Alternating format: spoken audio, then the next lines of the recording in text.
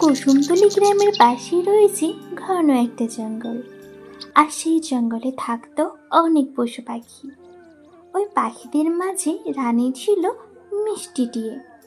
টিয়েকে সবাই খুব মানত। মা মা আমার খুব খিদে পেয়েছে, আমাকে কিছু খেতে দাও মা। তুমি কিছু খাবার দিচ্ছ না কেন? তুমি কি অসুস্থ মা? বলো না মা, বলো কি হয়েছে তোমার? হ্যাঁ রে মা, আমার যে শরীরটা ভীষণ খারাপ। তুই আর একটু কষ্ট কর, আমি একটু পরেই তোকে খাবার এনে দিচ্ছি। টুনিদের এই কথাগুলো আড়াল থেকে টিয়ে শুনছিল। টুনি, তুমি তো অসুস্থ, তাহলে কি করে খাবার আনবে? কিন্তু কি করবো রানীমা, না হলে যে আমার মেয়েটা সারাদিন না খেয়ে থাকবে। তোমাকে কোথাও যেতে হবে না, তুমি এখানে চুপটি করে বসো, আমি তোমার জন্য খাবার আনতে যাচ্ছি।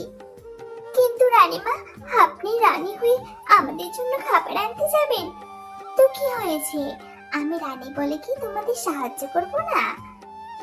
এই বলে মিষ্টি টিয়ে খাবার আনতে চলে যায়।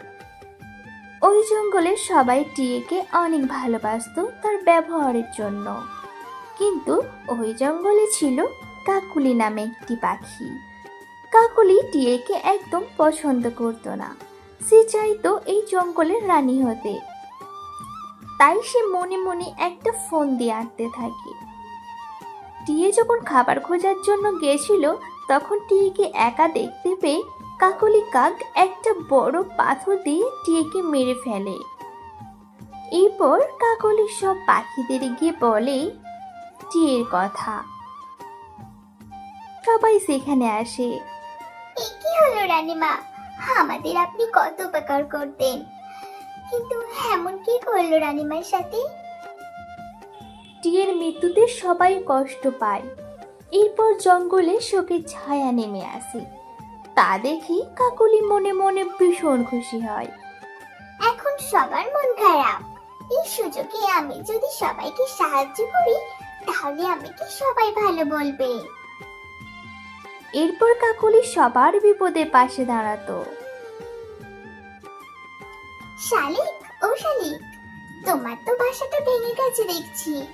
এবার তুমি তোমার ছানাদের নিয়ে কোথায় থাকবে গো? নতুন বাসা বানাতে হবে তো।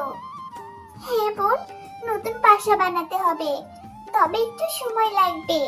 সাথে যে ছোট ছোট ছানা আছে, আমি তোমার বাসাটা বানিয়ে দিচ্ছি। এইভাবে কাকলি কদিন সবার উপকার করতে থাকে। কাকলির উপকারে সবাই অনেক খুশি হয়। এরপর সবাই আলোচনা করে কাকলিকে রানী বানানোর। রানী হওয়ার পরে কাকলি অনেক বদলে যায়। সে তার আসল রূপ দেখাতে থাকে। সে সব পাখিদের ওপর অত্যাচার শুরু করে। টুনির বাসা অন্যায়ভাবে দখল করে। টুনিকে বাসা থেকে বার করে দেয়। পাখিদের থেকে কর হিসেবে অনেক শস্য দানা নিত। এই টিকে পাথর চাপা দিয়ে মেরে ফেলে খুব ভালো কাজ করেছি, না হলে যে আমি কখনো এই জঙ্গলে রানী হতে পারতাম না। আর সবাই কত বোকা, আমার একটু ভালো ব্যবহারেই সবাই আমাকে কেমন বিশ্বাস করে নিল। কাকলি যখন নিজের ঘরে এমন কথা বলছিল, এমন সময় সব পাখিরাই এই কথা শুনে ফেলে। তোমাকে আমরা সবাই অনেক বিশ্বাস করেছিলাম, তুমি আমাদের অনেক ক্ষতি করেছো, এমনকি আমাদের এত ভালো রানীকেও হত্যা করেছো। এর জন্য তোমার শাস্তি দেওয়া দরকার। হ্যাঁ, ঠিকই বলেছো, আর এর শাস্তি হলো ফাঁসি।